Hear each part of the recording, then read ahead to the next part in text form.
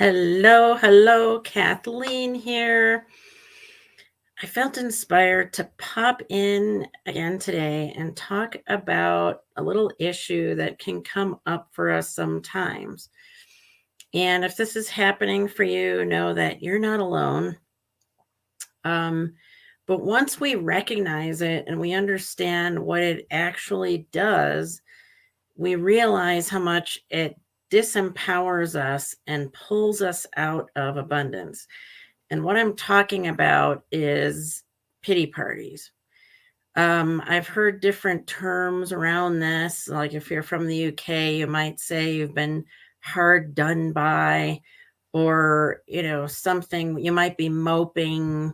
So there's different terminology around this, but it's like when we're frustrated about something and we're kind of looking at the cup as half empty instead of half full. Like, for example, I'm just throwing something out there. This darn house has a second story and my feet hurt and I don't want to go up and down the stairs. And if only I had a house that was, one story or something to that effect. I mean, what happens is that it pulls us out of gratitude. And if you've studied mindset, if you study the law of attraction, you know that we get what we focus on.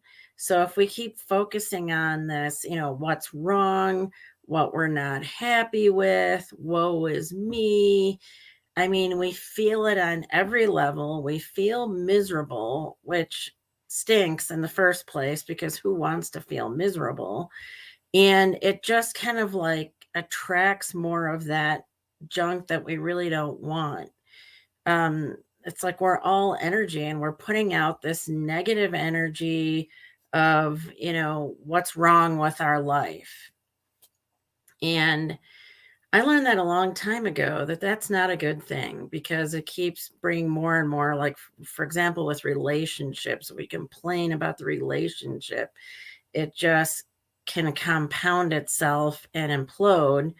And then we can end up in another similar relationship and it just keeps repeating itself. So there's always things to be grateful for. And we have to pull ourselves out of that misery, of that pity party of what's wrong. Um, and, it's something maybe we've learned in our childhood. If you've listened to my doormat story, which I posted earlier, it's on YouTube and Facebook. It's kind of similar, it's like we end up being in this negative mental and emotional state and we create it for ourselves. And in the doormat story, I said that when somebody said to me, "Excuse me, do you have the word doormat written on your forehead?" It made me realize I was creating this for myself. Earlier today, there was somebody who said something to me that I realized, wow, they're really in this kind of moping, woe is me kind of mood. And I didn't get pulled into that. I was like, hey, you either change the situation, empower yourself to change the situation, or, you know, stop complaining. I mean, those are kind of our two choices.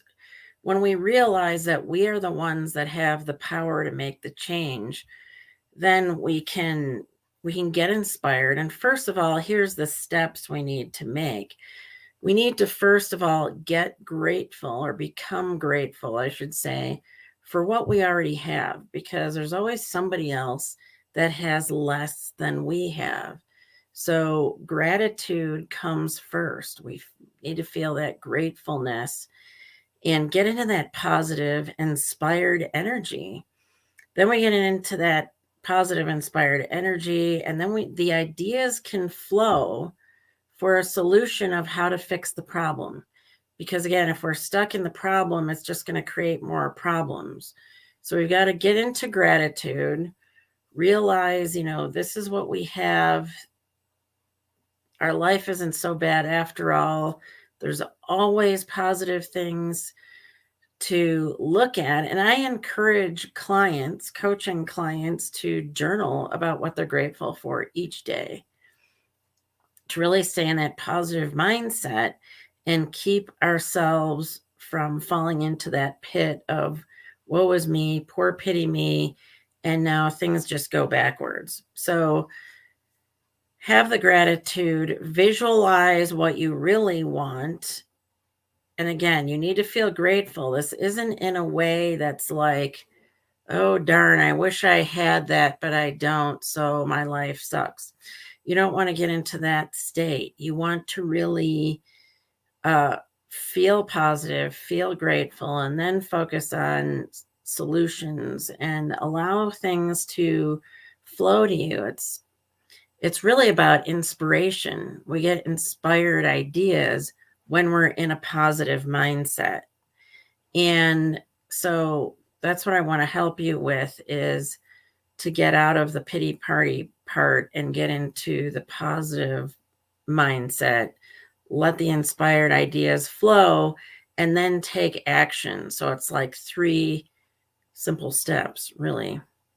So anyway, that's my coaching thought for today, and would love to help you through coaching, through whatever it is you're stuck with, and whatever area it is that you're stuck in, I should say, in your life, to get unstuck, to move forward, and to create the life that's really aligned with you, and to get into that abundance so that it comes to you. So I have a link here in the video where you can book a consultation with me. Would love to talk about where you're at and to help you move forward. So anyway, thanks for tuning in. I hope those tips help, and I'll see you again on the next live video.